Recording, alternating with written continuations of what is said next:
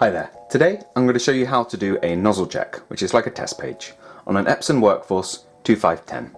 Now this can be done from the printer itself using nothing but the buttons and the screen shown here. So what we're going to do is go into menu by pressing this button here. We need to get to maintenance, which is the 9th option. So rather than scrolling through them all, I'm just going to press up once and it loops us right back around to the bottom. We're at maintenance. So we press OK. And down once to get to nozzle check. So we need to press the colour button on the printer, which is a green button marked with this symbol. So press that. Now this will take your printer just a minute. And eventually you'll be presented with a page to look something like this.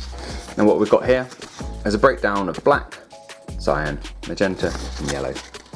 Hopefully see, showing your printer's ability both to produce these colours at all and with fine detail along these lines. You've got a slight issue with the black there.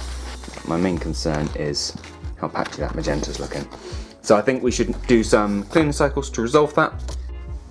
Now this machine is pretty good in that you don't need to go through separately to do some head cleaning. All you need to do is press 2 on the number pad and your printer will jump into head cleaning. And you can use this going in circles with cleans and test pages until you're completely happy with the quality of your print. Otherwise just press 1 and you're good to go. But a clean will hopefully pull through some fresh ink, dislodge whatever's causing that, and get this machine up and running again. Now, I hope you found this video useful. If you have, please do let us know with a like. If there's anything else we can help with, please do let us know in the comments. Otherwise, thank you for watching, and I'll see you next time.